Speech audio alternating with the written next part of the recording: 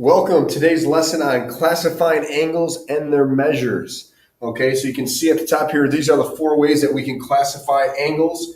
We've got acute, which again is less than 90, or again, and when we talk about the angle, that's the area in between the rays. An obtuse angle, when it's more than 90, we call this a right angle. Again, that right angle, when it measures 90 degrees, notice that symbol right there, right? For right angle, you'll see that. That means 90 degrees. And then a straight angle, that's the one people forget about. But this value right here, a straight line, is 180 degrees. Now that we know that, we've also got to talk about naming angles. We've talked about this a little bit before, but it's worth noting again. Remember when we name angles, all right, there's a couple ways to do it. We always want it. The vertex is that most important piece where the two rays meet. Okay, when we name angles, there's a couple ways to do it. You can just use the vertex. We can call it angle B. Okay, but otherwise you got to use three letters. That vertex will always be in the middle. It's kind of like directions. So I could call this angle, I can go from A, B to C. So I call it angle A, B, C. I'll erase that. And you can also go the other direction. Angle C to B to A, so we call it CBA. Either way of labeling those angles is correct. I'm going to write that right below here. So angle CBA. All right, three ways to label angles. You can see in this picture on the right. All right, when there's more than one angle that shares a ray, you can't just call that angle U. If I just label this angle U, which angle would that be? There's actually three angles there. There's an angle here that contains U. There's the angle here that contains U. And then there's the whole angle that would actually be angle U. So when you have a picture like this, you've got to make sure to use three letters, all right? Three letters is the best. Must use three letters. Okay, when they share an angle. Now we know that. Congruent angles, just worth noting. I want to talk about the symbol for congruent angles. They use a tick mark, but it's more of an arc. So if we said that this angle right here was congruent to that angle, see how they have the same tick mark. Remember, congruent means equal, all right? Equal measure.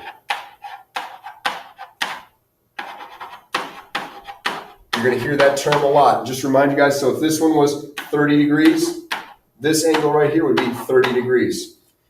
On the other hand, if these two angles were congruent, notice they have the same number of tick marks, 2. That means that the angles in red would be congruent to each other, and they would have the same value. All right, moving on.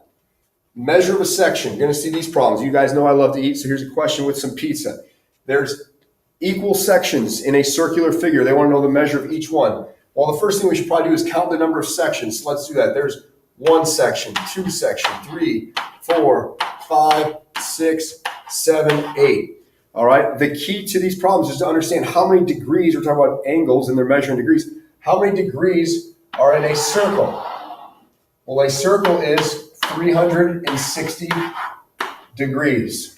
So that's the key to the problem. We want to take the number of sections, or we want to take 360 and divide it by the number of sections.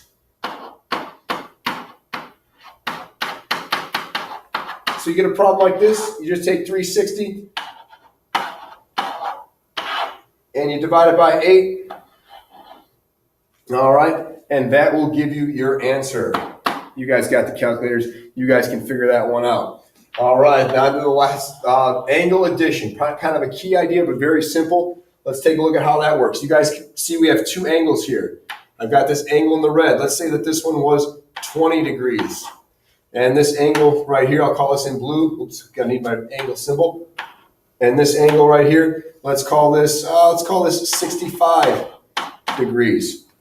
Well, if I want to know the total angle of this whole thing, I would just take my 20 degrees, add my 65 degrees, and that will give me the measure of the whole angle, which would be 85 degrees. Pretty simple concept. Now let's take a problem. Look at a problem that involves some algebra. So now we know how it works. Here's a quick problem involving some algebra. It says that measure of RQT is 155. So this whole angle equals 155. That means I can add this angle right here. All right.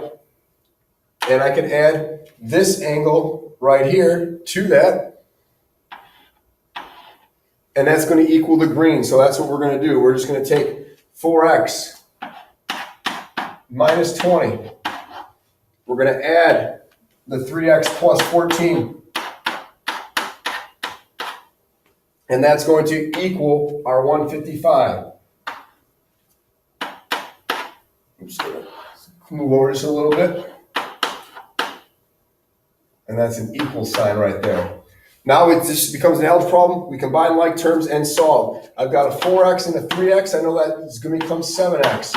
I've got a minus 20 that I can combine with a minus 14. That is going to be minus 6. It's going to equal 155. You guys remember how to solve equations. Add 6 to each side. I get 7x equals 161. At this point, divide by 7, x equals 23. Now that they're not asking for x. They're trying to find the measure of these angles right here, measure of RQS and measure of TQS.